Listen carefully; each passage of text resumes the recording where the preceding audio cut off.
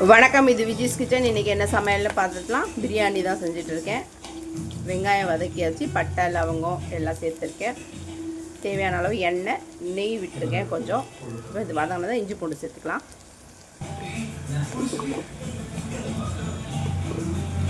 தேவையான அளவு இஞ்சி பூண்டு சேர்த்துட்டேன்.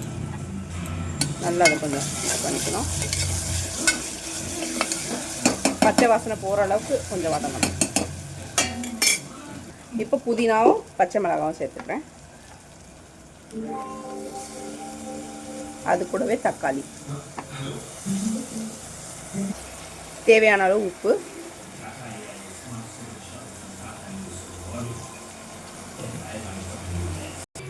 ஒரு பக்கம் அரிசியை வேக வச்சுக்கிறேன். 2 டம்ளர் அரிசி தான் எடுத்திருக்கேன். அதுக்கு நான் ஒரு 3 டம்ளர் தண்ணி ஊற்றி வேக வச்சுருக்கேன். ரெட் சில்லி பவுடர் போட்டிருக்கேன். மிக்ஸ் மிளகாத்தூள் ஒரு 1/2 ஸ்பூன் போட்டிருக்கேன். கரம் மசாலா, இது பிரியாணி மசாலா எல்லாம் சேர்த்து நல்லா மிக்ஸ் பண்ணிக்கலாம்.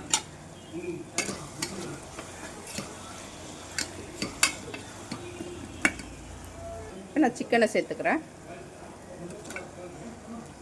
சேர்த்து இதில் 1 டம்ளர் தண்ணி மட்டும் விட்டு இதை நம்ம 2 விசில் வச்சு எடுத்துக்கலாம்.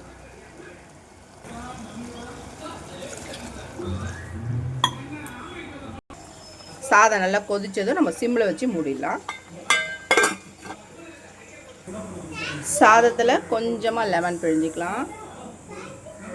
அது கூடவே கொஞ்சம் நெய் சேர்த்துக்கிறேன். இதை நல்லா மூடி டம்மில் வேகட்டும். சாதத்தில் இப்போ நம்ம குக்கரில் வேக வச்ச பிரியாணி மசாலா எல்லாம் அப்படியே சேர்த்துக்கலாம். அப்படியே வச்சுட்டு ஒரு 10 நிமிஷம் கழித்து நம்ம மிக்ஸ் பண்ணணும். இப்போ நம்ம மூடி சிம்மில் வச்சிடலாம்.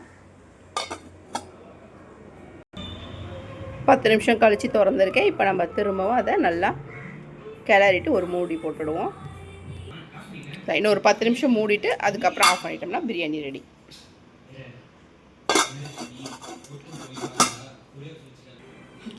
சூப்பரான பிரியாணி ரெடி ஆகிடுச்சு பாருங்கள்.